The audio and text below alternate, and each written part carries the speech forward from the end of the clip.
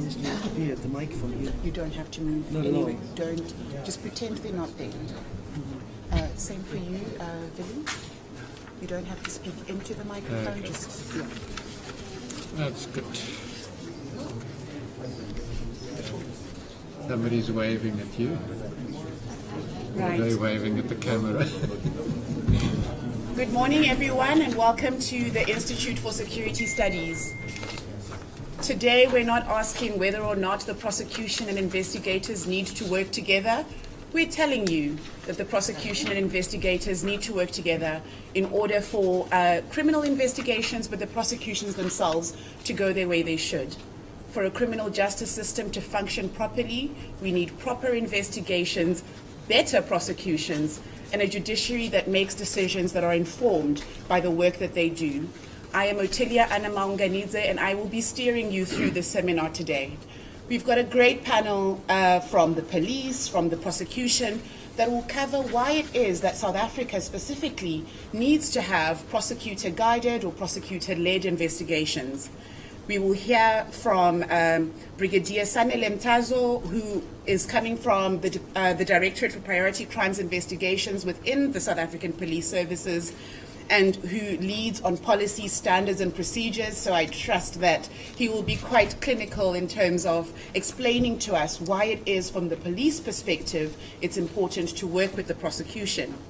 We will also hear from Advocate Vili Hofmeyer, who's the Deputy National Director for Public Prosecutions in South Africa's National Prosecuting Authority, who will speak on the role that the police have in the work of the prosecution, but importantly, why it is that the prosecution needs to work with investigators. Lastly, we will hear from Senior Chief Superintendent Bernard Egger from the Bavarian State Police, where he heads crime investigation, sharing experiences from Bavaria, from Germany, on what it is that they do to ensure that the investigations go according to plan, that prosecutions go similarly according to plan, and that the people who are convicted are the people indeed who committed those crimes. I'm not going to waste much of your time because I think it's very useful that you hear quite literally from the horses' mouths themselves what it is they do and why it's important that the prosecution and investigators work together. Without much further ado, Brigadier Mtazo, over to you. Thank you.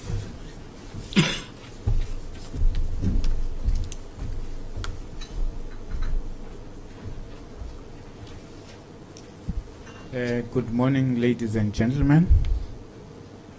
I'm not going to waste time. I'll go straight to the presentation.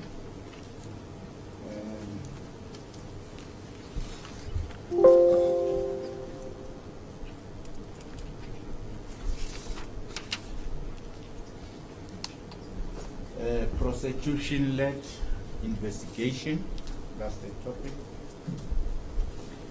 Ladies and gentlemen,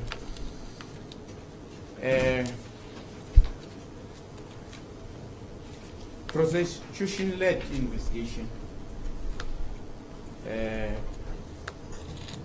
is not a new phenomenon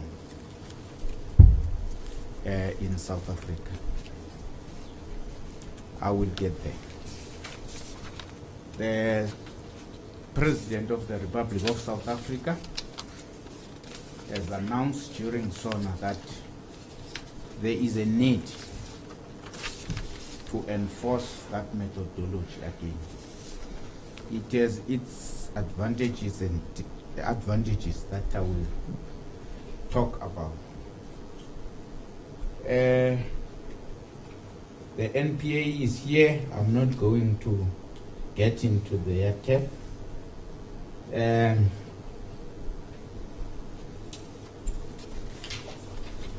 Prosecution-led, as I've already said,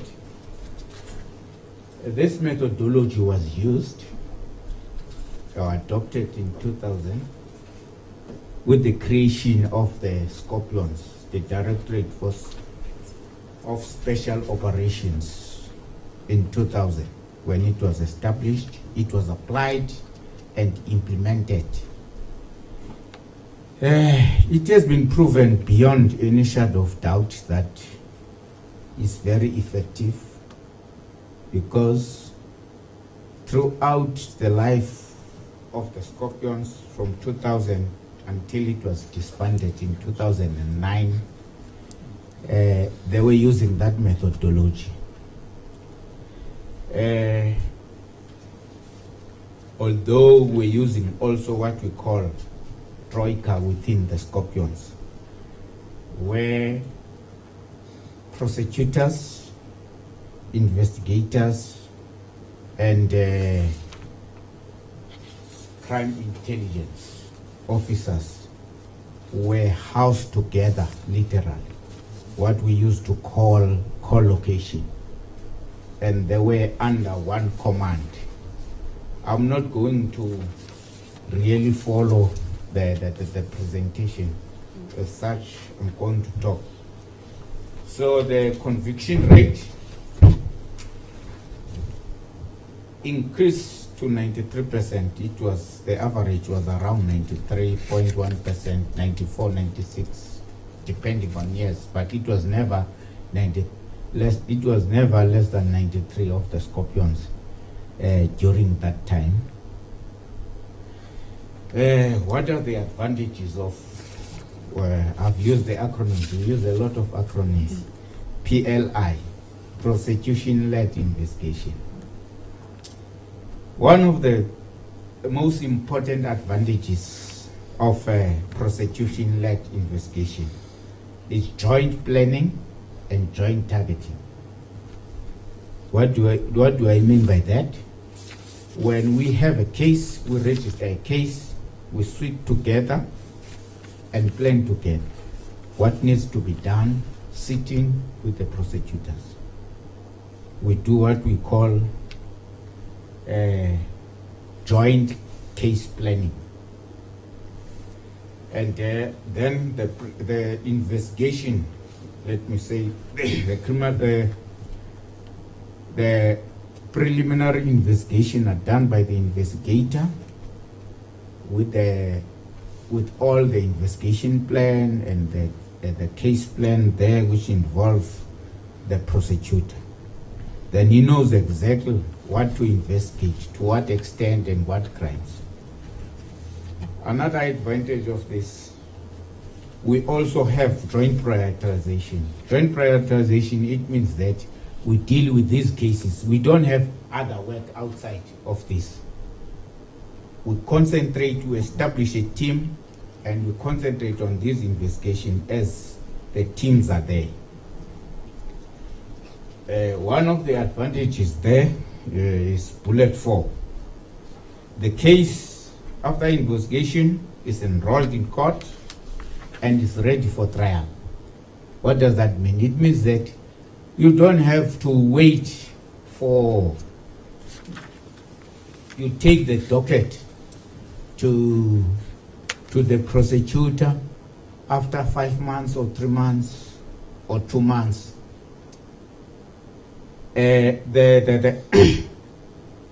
Once you enroll the case, it is ready for trial. There's no need for further investigation, which will take other months or chow another time. That was the advantage of the prosecution-led investigation. The teamwork is there. You do everything together. As I indicated, this results in the quick completion of investigation and prosecution of the case. I've already alluded to joint case planning and execution. Then this avoids unnecessary postponements for further investigation. The case is just ready, decision is taken there and there, and then the case goes to court, and then it's ready for trial. Unlike the other you do with the other form, where the investigation, they do the investigation from the beginning to the end and then take it to the prosecutor. The prosecutor will take their time, peruse until they reach the decision. After that, they will have to give further investigation, which causes a lot of delays in prosecuting the case. I think the president, from what has happened, has identified that there are a lot of delays in the cases. So he wants us to be more quicker and more faster taking the cases, particularly the complex cases. I'm not going this model as I've already indicated, was used in the DSO. With the DPCI, we didn't have the benefit of this. We had some dedicated prosecutors which are sitting somewhere at where they are at the DPP, and then we do the investigation time and again we'll go there. Then there will be these unnecessary further investigations. They are necessary because we are not sitting together. But with this prosecutor-led investigation, we avoid such things.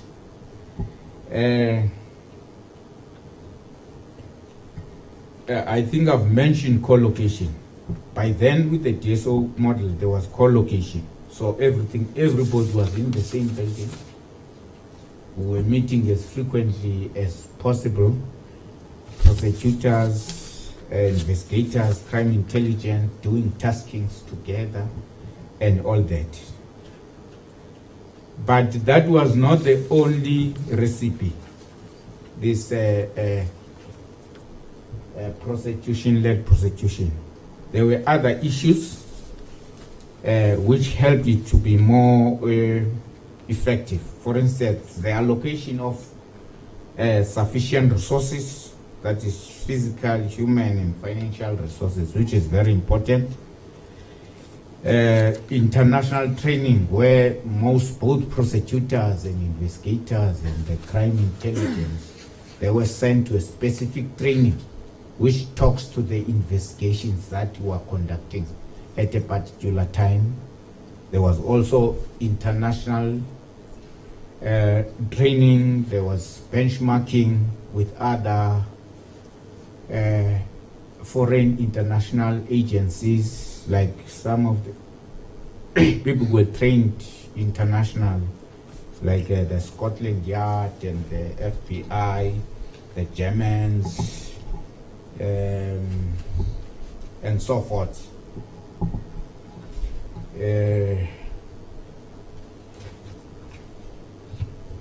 One of the things there, the second last bullet, I talk about single command. As I'm saying, we were co-located. There was a single command. The team were reporting to one person. If it's a regional head. Unlike now, we have two centers of command. You have the the commander at the police, DPCI, and you have the DPP this side, or any designated person. Sometimes there are conflicting instructions. So there were not conflicting instructions when it comes to doing the work or concentrating on the cases on hand. Therefore, we had one mandate and a specific mandate to address this thing. So the work was moving a bit quicker. Madam, you'll tell me when I see the time. However, in the DPCI, we do have what we call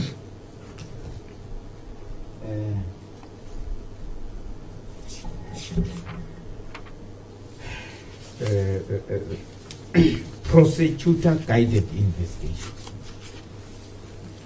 which does not necessarily work the same as the prosecution-led. Hence, I had to mention the DSO model, because it was purely prosecution-led. Prosecutor-guided is the model which is used by DPCI, particularly serious commercial crime investigation, specifically, and SCCU, serious commercial crime unit, which are the prosecutors, which are working together, dealing with commercial or economic cases. It works almost the same, but there, the command is not one. There are two. It's a joint command, two, this one and this one. And sometimes it presents some conflicts. But case planning is done together. Pre-trial preparations and all those things until it gets to trial, the case. It's not as effective as the prosecution-led. I'm talking about the practice now, because sometimes with the different models, the DSO and this one, it seems like it's a prosecution guided is the same like a prosecution-led. In practice, as it is practiced at SCCU, is not the same. Even the co-location is not there. There are certain elements which are not there. This one is also regulated by the prosecution-guided investigation. Is also regulated by the Memorandum of Understanding between SCCU and the DPCI, SCCI, Serious Commercial Crime Investigations.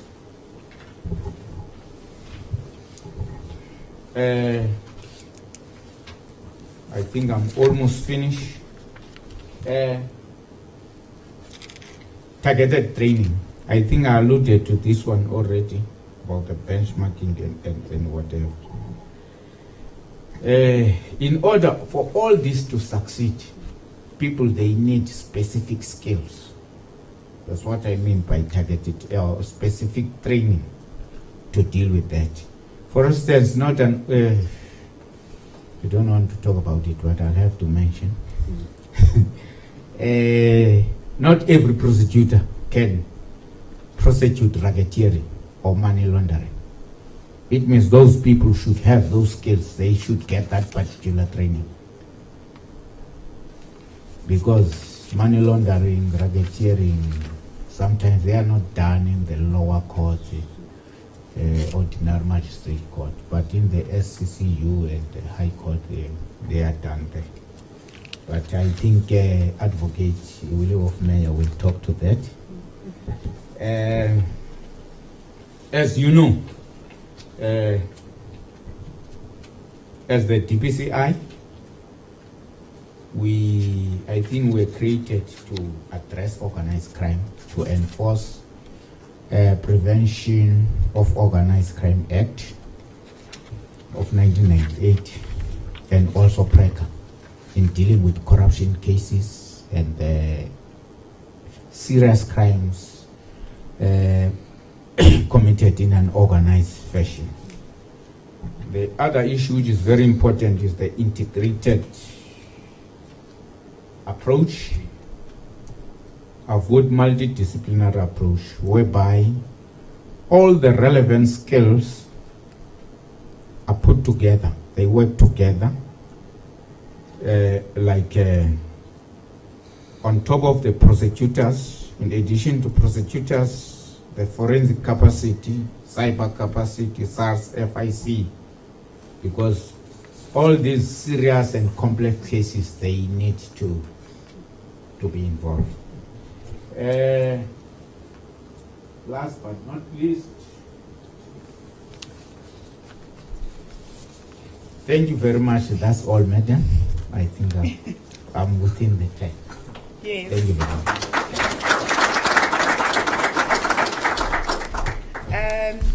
Thank you very much, Brigadier Mtaza. I think in setting a fine example in terms of getting things right, getting things done on time. I can't thank you enough. But I'd also like to thank Lieutenant General Godfrey Lebeya, who was unable to come, but nominated, I believe, the right person as well to speak in his place. Lieutenant General Lebeya had to go to eThekwini this morning and was therefore not able to join us. But like I say, who better to replace him?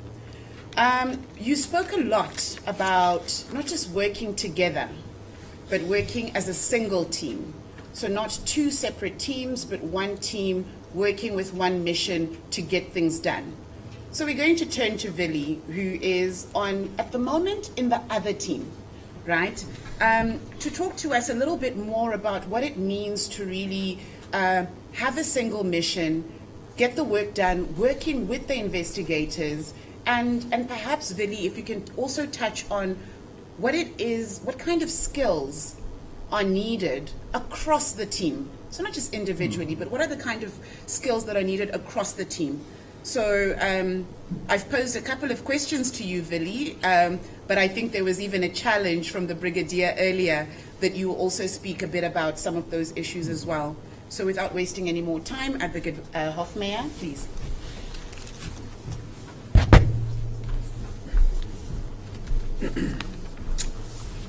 I'm a lawyer, so I speak better when I'm standing than sitting. But thank you very much for the invitation to speak here today. And I think it is an immensely important topic, and I think I'm very grateful for the ISS for us to have this opportunity. We in the state tend to be very much focused on ourselves, and I think this is really an opportunity to get input and to hear from civil society and people out there.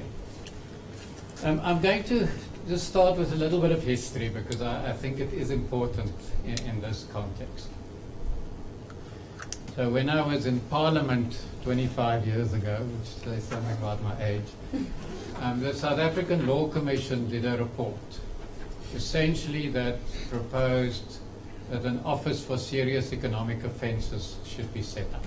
And that was really the beginning of a sort of institutionalized prosecutor-led investigation process. So that was very much based on the model of the Serious Fraud Office in the UK, and frankly the way that both the Americans and Europeans, the civil law systems, do investigations. And the key power that they had, which we do not have in the sort of common law systems, is a power to compel accused persons to give self-incriminating evidence. That you cannot say, I refuse to answer the question because I have a right or privilege against self-incrimination. And this power is incredibly important when we talk about serious economic crime, big corruption cases, because the schemes that are developed are incredibly complex. I mean, when I started at the NPA in the late 90s, there had been cases that had been investigated for 15 years, and I think there are still cases now that have been investigated for 15 years. And that is because you, in a sense, have to do an investigation. Let's say a big corporate has collapsed. You have to do an investigation into every conceivable defense that can be raised by those who were involved in the scheme.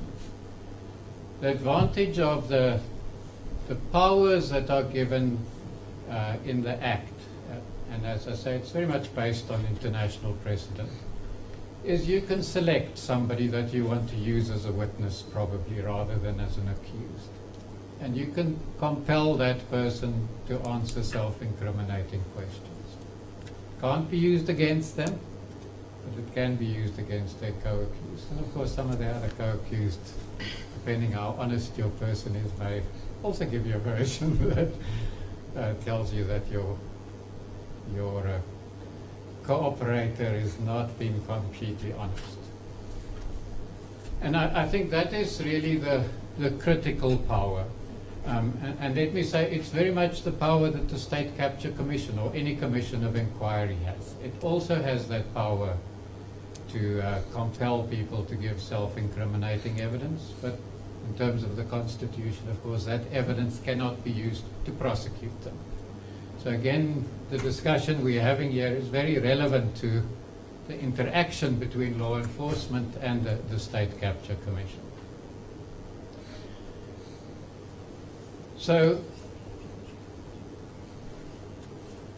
the sort of Law Commission report essentially was a big break with our common law tradition in South Africa. And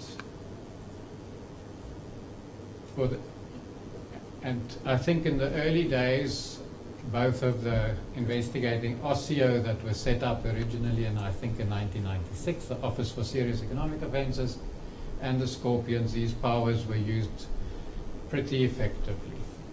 I sort of want to digress slightly as well, because I think one of the things that I'm still a strong advocate for is that these powers, when the DSO existed, was actually also very, very useful in organized crime cases, especially ones that are complex. And this power to compel people to give the self-incriminating evidence against their co-accused was one of the reasons why quite a few really big organized crime cases were done at the time. So, you know, one of my issues that I sort of would like to raise for our thought and consideration for the future, but I do think that we need an investigating directorate, not maybe immediately, but soon, that does focus on organized crime cases, because the reality is, from my asset forfeiture background, is I don't think we have taken down a serious organized crime syndicate in the last 8 years or so. And I'm talking about a syndicate with millions of rands rather than tens of thousands or hundreds of thousands of rands.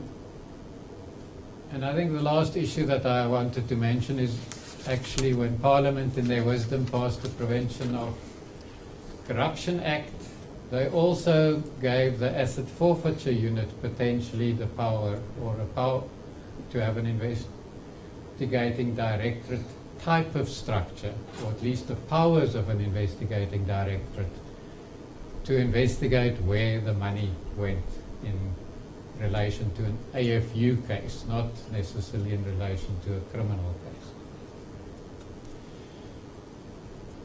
So, just to skip through a fairly quick history then, is the Office for Serious Economic Offences was set up when Bulelani Muka became the National Director. He found out that that actually was doing really good work. He was part of passing the law in Parliament. And he then asked the President at the time to set up an investigating directorate first on organized crime, and I think one on terrorism as well, in addition to the one that was just on serious economic crimes. And then a couple of years later it became clear it didn't make sense to have these three IDs all running in parallel, and that was kind of, in the end, what brought the Scorpions about, which pulled together all the different investigating directorates, had the powers to do the same. And I think what was really good about that is that economic crime prosecutors come often with a very particular mindset, and so does organized crime prosecutors.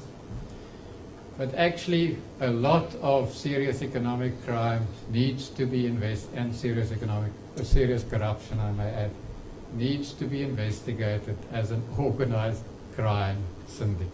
It's very seldom one person.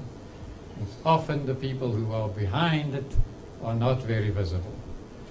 So I do think there's, for me, a serious debate to be had about, whether one does go for different investigating directorates, whether one gets back to a sense where an investigating directorate may have a wider mandate than just corruption. Certainly, I think other serious economic crime needs to be there. But as I said, organized crime is also one of the things that need to be looked at. I think my colleague from the DPCI has sort of touched on some of the advantages of the joint investigation methodology, that you essentially do have a prosecutor involved in the investigation who from relatively early on starts focusing on what it is you can prosecute in court most effectively. As I said earlier, in any of these investigations, there are hundreds and sometimes thousands of charges that can be brought, and that's why these trials, some of them are still going on 10 years later, can go on endlessly. And so if you want to get quicker results, I won't say speedy results, I think it is important that from early on you focus on those parts of the investigation where either you can get a good 204 witness, or you have good evidence that can make your case go relatively fast.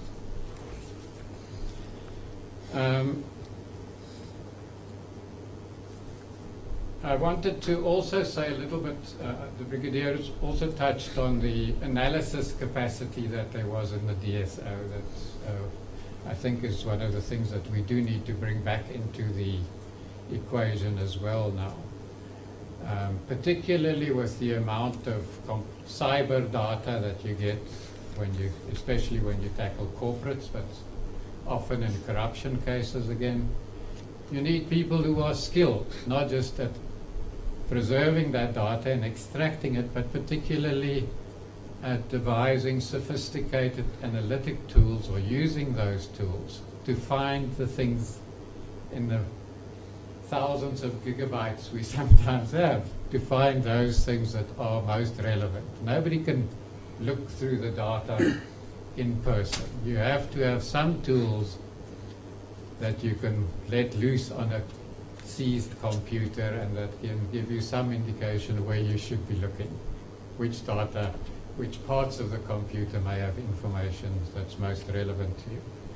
So I think that combination of analysts, investigators, and prosecutors working together is very, very critical. There is some practical issues that I also wanted to raise. I think Brigadier has already mentioned the fact that there is the law at the moment provides that there is a dedicated component of prosecutors that must work with the DPCI. I think it has not worked particularly well. And it is, again, because people are not sitting in the same building and, frankly, under the same chain of command. So a prosecutor can say, my boss has given me another job to do. It's more important than this one. Sorry, you're not going to have my services for a while. So I think the advantage of the ID is, in the sense that you can have a mechanism that deals with those conflicts, the conflicting demands of different investigations on your investigators. The last point that I wanted to make, that I think is also one that we should take seriously, and that is, I think we all accept that law enforcement has been captured over the last 8 years. I think many of us do not know which of our colleagues we can trust or not trust. Okay, we often do know the ones we can trust. There's a grey area out there of people that you just don't know because you haven't worked with them intimately enough. And so I think when we look at setting up a new structure like an ID, the integrity measures that we adopt, I think, has to be very harsh. And frankly, I'm a fan of something called voice stress analysis, which is a quick lie detector test. We used at the SIU at the time I was the head there. It's not court admissible evidence, but it does give you a quick idea of where to dig if you have a worry about somebody's integrity. And I think if we don't establish something here that is clean from the start, and where you can have absolute faith in your colleagues and their integrity, it makes the work, I think many of us who've been in law enforcement has had the experience where your case ends up being contaminated, or the defense has evidence that it shouldn't have, or those things happen. So I think my last plea, in a sense, is that we should look very seriously at when we go for this model, which I think is the best model that there is, that we ensure that there are very, very serious integrity measures that are in place and are ongoing. Thank you very much.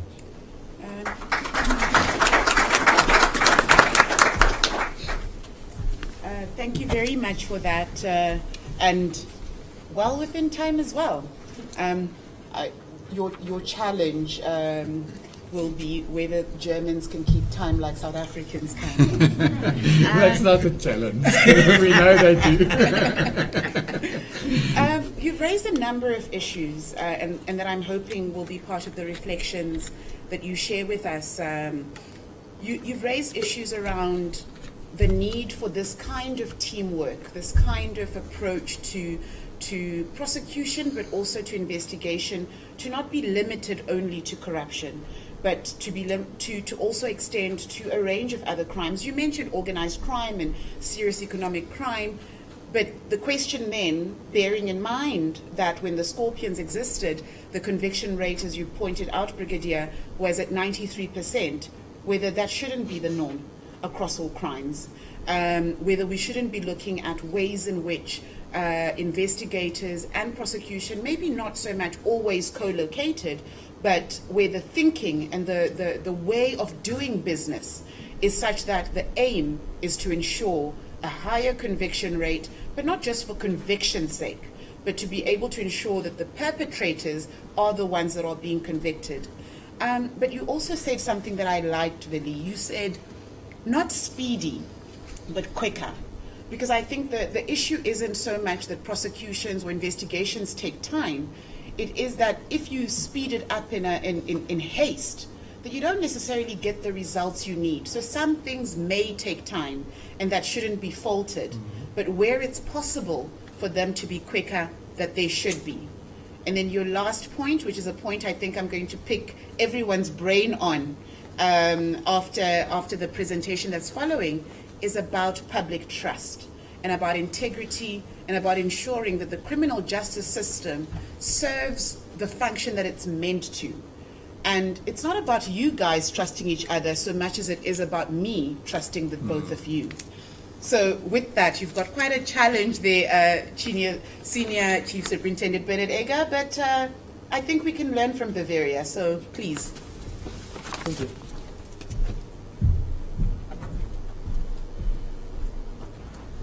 Thank you for the invitation. Thank you for having me here, and thank you for giving me the chance to change some experiences. So, because everything I've heard so far, I would sign everything.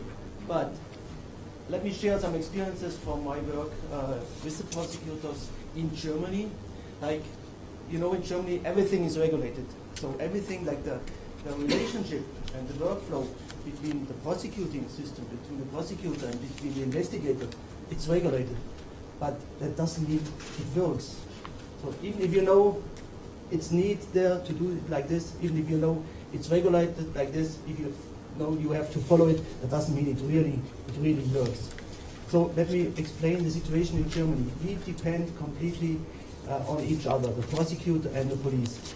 That's difficult, but it makes sure that we have to work together, otherwise we fail.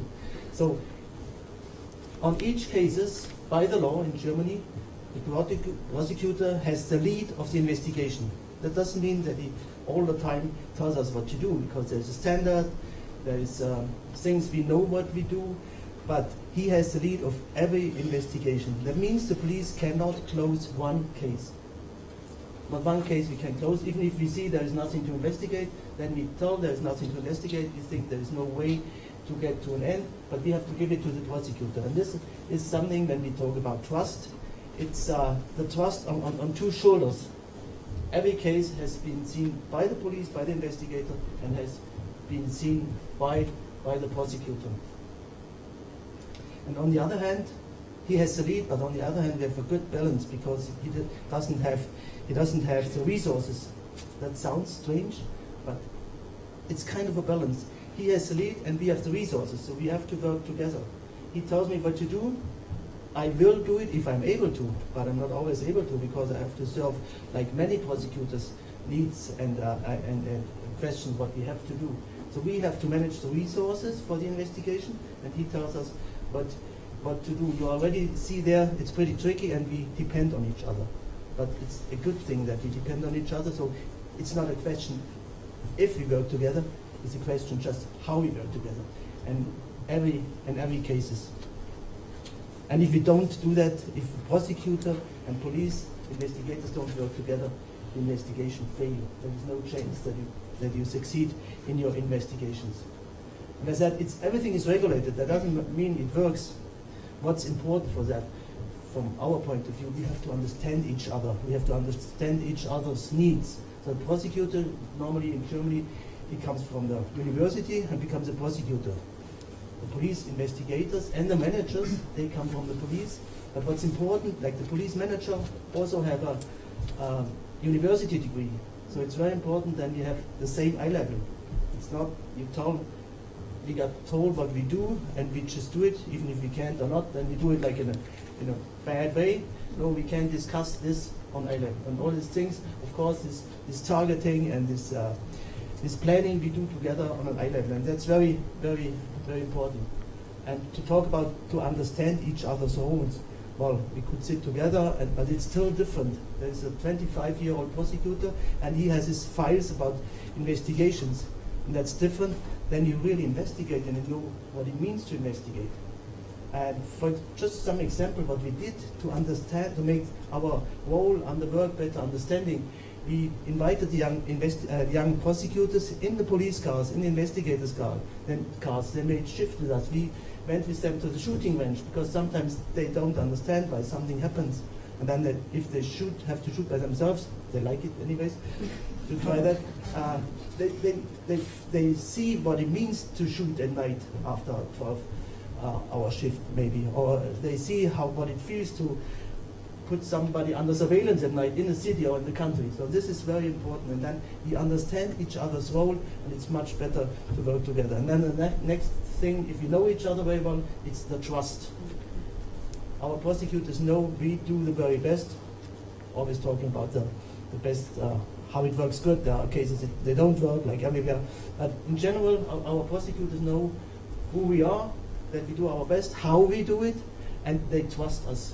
Because so far, sometimes we need decisions from the prosecutor. When I was heading a drug-related unit, and I needed a decision from the prosecutor, like they are not there 24/7. He had his fax machine by that time in his bedroom. I wrote the decision he had to take with his name, and he looked at it. We sent it to him. He looked at it at 3 a.m, saw my name or my colleague's name, and he signed it and sent it back. So we got the decisions from him in half an hour. But that's only possible if you know who is your partner and you trust each other. So this is one of the key points. And then how do we carry it out? As I said, if we do investigations the prosecutor doesn't need or doesn't like, it's for the garbage can. So it's useless work. You lose time, you lose evidence, because if you take the evidence at the first place, sometimes it's gone. So you need to know what kind of evidence the prosecutor needs at the court, and then you need it from the very beginning. When I said earlier, he has the lead of each case. Of course, he doesn't work with each case, with every case. There are like thousands of cases. He just looks at it, no investigation possible. He sees the kind of crime, and that's it. Puts a number on it, and that's it. But on high-profile cases, on serious cases like organized crime or murder cases, we have him from the very beginning.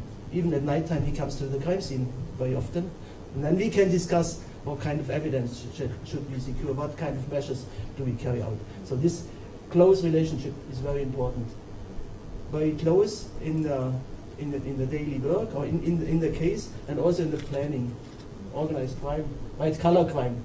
You mentioned earlier the assets. It's very important. Organized crime, to get to the assets, you have to plan that. You have to plan that together with the prosecutor. Otherwise, you work for 3 months and he says, well, I would have needed that, I would have needed that. So we also make a plan together and carry the plan out, and like a project plan, like this same thing what you mentioned there.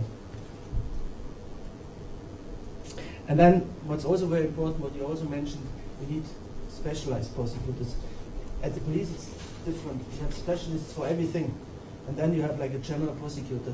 And if you provide him today a murder case, and the next day organized crime case, and the third day a cybercrime case, it's very difficult for him. No, it's more than difficult. It's not possible that he can understand it. So, on the other hand, it's very important that you have specialized prosecutors, especially like we have now. We built up a unit for cybercrime. Before that, it was terrible for us. I had the specialist for cybercrime, and every time he had a different prosecutor, and he didn't have an idea about that. How should he? So we have specialists on that, and that helps a lot. If you have for really specialized crime scenarios, you have specialized prosecutors, because in the police you have the specialists. Otherwise, you have a gap again. This information. That's one point. And on the other hand, or the other point is that you provide your information that it's easy to understand and to read for a prosecutor. So if you investigate for half a year, you have like 10 files, 10,000 pages, and you know everything because you live with the case, and then you provide everything to the prosecutor, like 10,000 pages of paper. He has to read it anyways, but you don't understand it if you read it once. So you have to read it 2 times, 3 times, 4 times. And I think that's what you also meant with analysis. You have to put like analyze behind it, and you have to prepare it for the prosecutor that it's easy to understand. Like you make this tool, it's called Analyst Notebook, or the other tools, make a picture of cases. Make a picture of cases, like who is related with whom, who did work together with whom, how went the communication. If I write 10,000 pages about who talked to whom, what kind of communication was in that case, it's terribly difficult to understand. If you draw this on a picture, and you have this picture, and then you read it, then it's much easier to save a lot of time. And we faced that is a very, very important thing. It sounds easy, but it's very, very important to do that. And then again, for the prosecutor, he has the same problem to bring this to court, that the judge understands it. And then he can use the same thing we provide for him. He can use the same thing to provide it to court.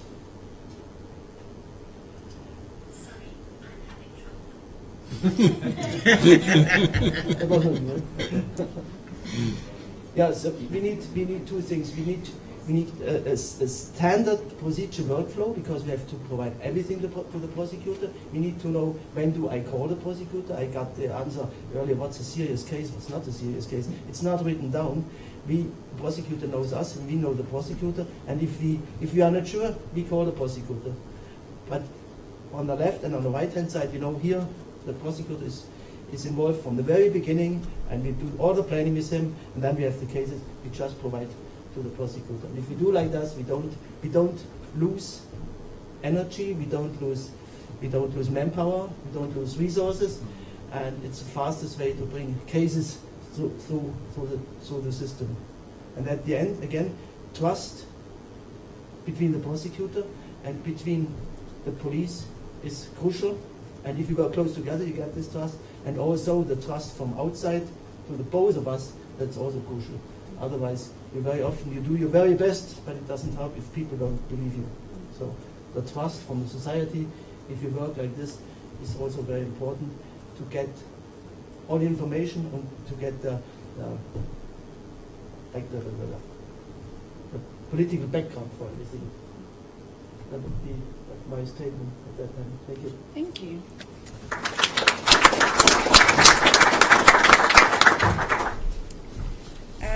Thank you very much for your presentation.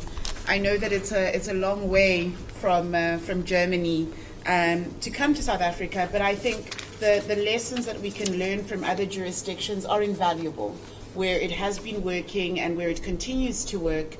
As South Africa especially, we can draw from that experience. So thank you for making the trip down here, and not just to the ISS. Obviously, I know that you've spent most of this week speaking to your counterparts in the South African Police Service as well, in terms of what lessons can be learned from Germany. So we really appreciate you taking the time. You said something that stuck with me. You said we have to work together, otherwise we fail. So it's an imperative, because and I think it's right, it's a great point of departure, the police on their own won't lead to a conviction. The prosecution on their own won't lead to a prosecution.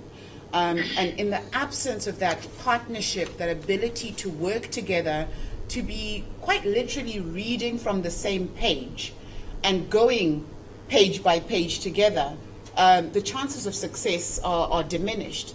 So I think what we can learn from Germany and what we've heard already from past experience in South Africa, whether it was the Directorate for Special Operations or the ways in which prosecutors and the police have been working together over time, is symbiosis. It's about ensuring that you actually work as part of the criminal justice system. We don't have a judge here, but if they are listening wherever they are, if they know that the police and the prosecution can work together, I think that will make their job much easier in understanding the cases that are brought before them. So the three of you have covered a range of things. You've covered the importance of ensuring a high conviction rate of the people that are committing the crimes. You've spoken about teamwork, about being led, not just guided, about having specialized skill within the police, but also within the prosecution, and about thinking through the various crimes and finding ways in which you make sure that you do it quicker, but not in haste. And then also about the importance that you, the three of you, not me, the three of you doing your job right makes it such that the people in this room, the people that are tuned in online, myself included, that we have trust that the criminal justice system works. So I'm just going to pose one question before we close the public part of this event. How do you individually ensure public trust in the work that you do? I'll start at the end. So I'll start with you, Senior Chief Superintendent Egger. How do you ensure in your individual role that people trust that you're doing your job and that you're meeting your end of the social contract? Difficult question. It's difficult to give a short answer. But the whole policing proceeding from the policeman in the street up to the investigator for organized crime groups have to follow a philosophy that we are there for the people and for nobody else. So we have to do that on one hand. On the other hand, we have to communicate that people know you can do the best thing. If you don't publish it, it doesn't help. But you also can't publish good things you don't do. Because this, how you act and what you publish, has to go together. So these two things, and of course, you have to be successful. You have to have the latest methods on forensics. You have to have the best educated policemen. If you look at cybercrime, you have new challenges. You have to be successful. You have to be helpful for the people. You have to have this philosophy that you are there for the people, for nobody else. All the prosecuting system is there for the people. It's not there because the law is there. It's not because there is a government who wants it. It's there for the people, for the security and for the safety for the people. And this you have to live in your policing philosophy.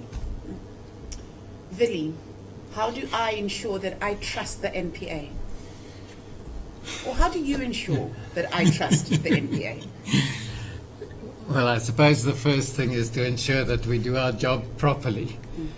And I think that's why I highlighted the issue of integrity and strong integrity issues of testing inside the organization, because every time we have to fire somebody for being corrupt or they get exposed by the investigative press, it's bad, and especially it's bad if it's not even us who is exposing the person, but somebody from outside.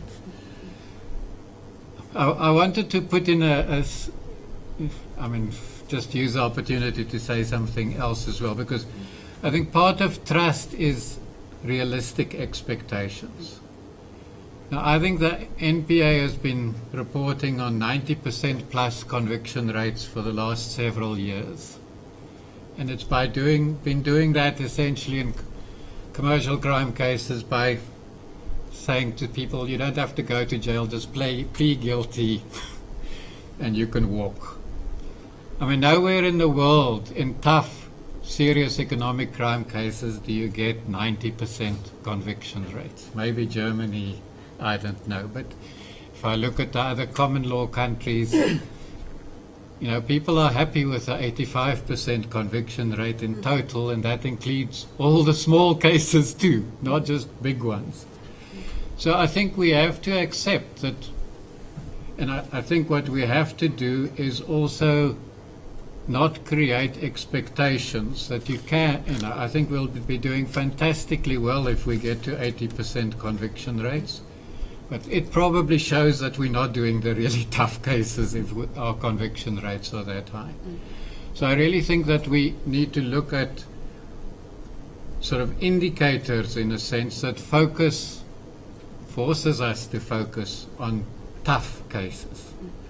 You know, at the moment, all the NPA indicators are percentages, and you can fiddle the percentages very easily by making few people go to jail. Whereas, you know, if you want prosecutors to go into a case that's going to take them 4 or 5 years in court, which is what you need to do in a complicated corruption case, you know, you don't want to punish them afterwards because they've only done one case in 5 years. You need to reward them for having done it. So, you know, I think the indicators we choose and the perceptions, you know, the expectations in society, I think, is something that has to be moderated in a sense, and be realistic. And we have to accept that if we're doing big cases, they're going to take time. These people can employ the top lawyers, they're going to challenge us on all sorts of side issues before the criminal trial starts. And if there's too much pressure to finalize cases fast, you know, we get what we want, but we're not going to get big cases done. The Steinhoffs and those sort of cases are not going to be done if that is what we expect. So I think realistic expectations for, you know, and an understanding of the complexity of dealing with big cases for me is very, very important for us to educate not just the people in this room, but the public at large as well. For sure. Thank you very much. And Brigadier, you work for the South African Police Service, not the force anymore, which a lot of us are very happy about. Tell us how we can be comfortable in knowing that the police works in our service. What do you do?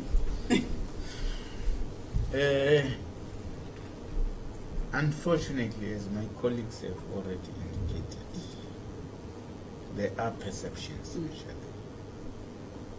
And those perceptions will have to ensure, because the Constitution forces us of that Republic of South Africa, that as the police service, we have to make sure that people are safe and feel safe. And the only way of doing that and dealing with those perceptions is for us as the investigators, as the police, as law enforcement, to ensure that the big cases or the cases that we do, we make impact.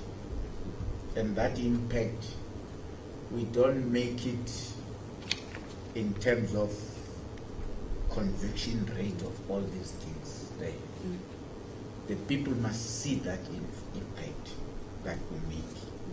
If there's a huge corruption case, if we ensure that we get good convictions like direct imprisonment and get the money back, and we take the assets, the proceeds of crime, we remove those proceeds of crime from them, that the people will see the impact.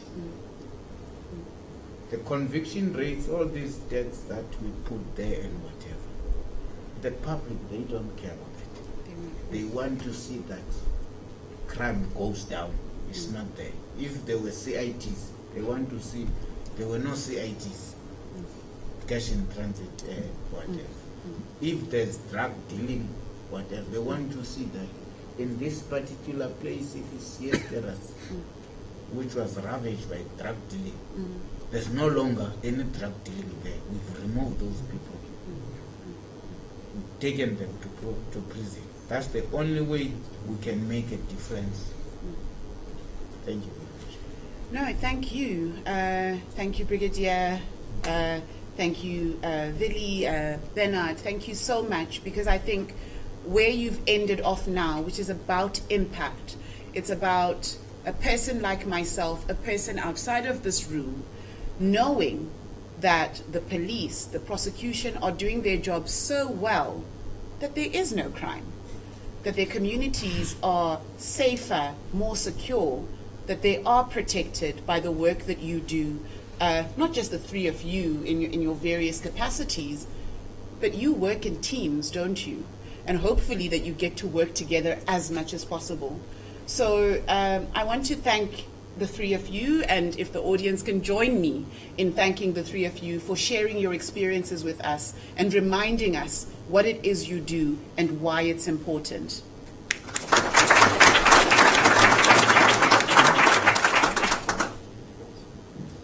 And of course, to thank and acknowledge the work of the various institutions. It's not always easy for a non-governmental organization to be able to bring three government officials to speak about their experiences and to be able to help the South African public reflect on what it is that we're working towards. And ultimately, for those who did tune in South Africa, who tuned into the State of the Nation address, to know what exactly it was the president is proposing, and whether it is a good idea to have these prosecutor-led investigations. And I think at least today, we've heard from three people who say South Africa not only wants to have prosecutor-led investigations, but it's important that we do have them. So thank you, and again, thanks to everyone who's here. But this seminar wouldn't be possible without the support that the ISS receives from the Hans Seidel Foundation that funds the work that we do on crime, justice, and violence prevention. So beyond just looking at the criminal justice system, through the support we receive from the Hans Seidel Foundation, we're also able to do work that aims to prevent violence in communities as well. So on our little part as the ISS, we're not the police, we're not the prosecution, we're definitely not judges, but we're able to contribute to the way that the criminal justice system ought to operate. So I want to thank our presenters, I want to thank the Hans Seidel Foundation, I want to thank all of you who made your way here to the Institute for Security Studies to hear this part of the discussion. And I want to thank the online audience who are tuned in for the public part of the event, for your attention and for, if anything, learning a little bit about what it is that needs to be done to ensure that justice in South Africa is an effective tool that ensures accountability here in the Republic. But with that, I also want to say goodbye to the online audience, because at this point we will now have a closed roundtable type discussion with our panelists and hear more about whether this is a good idea, but also to hear from the people in the room what you think can help make it the right kind of system that we need in South Africa. So thank you everyone for joining us. To the online audience, goodbye. I'm waiting for Richard to cut them off. Thank you very much, Richard.